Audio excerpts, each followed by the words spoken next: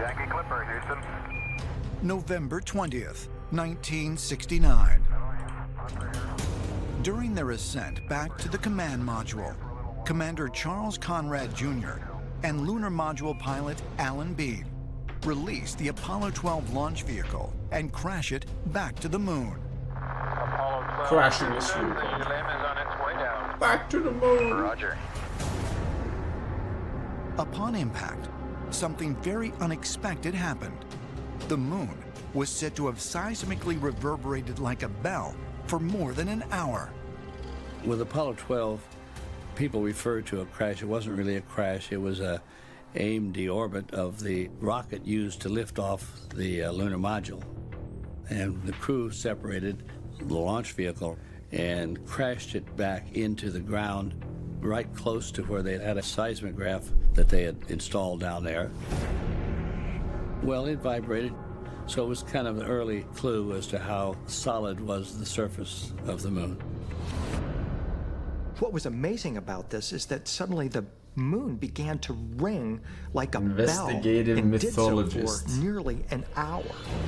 Dr. Werner von Braun, who was then the head of NASA, decided that for Apollo 13, they were going to intentionally crash a heavier portion of the rocket into the lunar surface.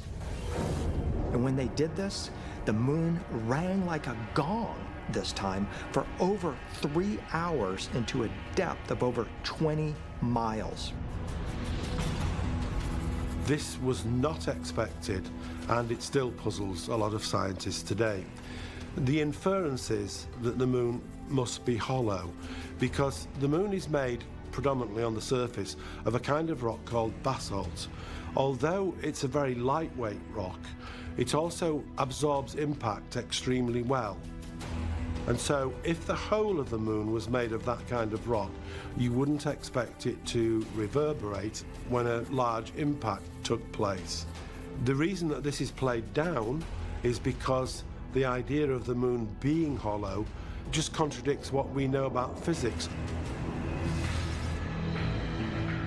In his 1966 book, Intelligent Life in the Universe, renowned scientist and astronomer Carl Sagan defined modern scholarship regarding the composition of celestial bodies throughout the cosmos.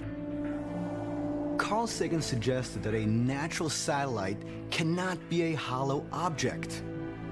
This is very odd, because why would the moon be vibrating unless it's a hollow object? That would suggest it's artificial. Significant portions of the moon may have been hollowed out. If that is the case, the chances are that was not achieved naturally. That would have to have been achieved artificially.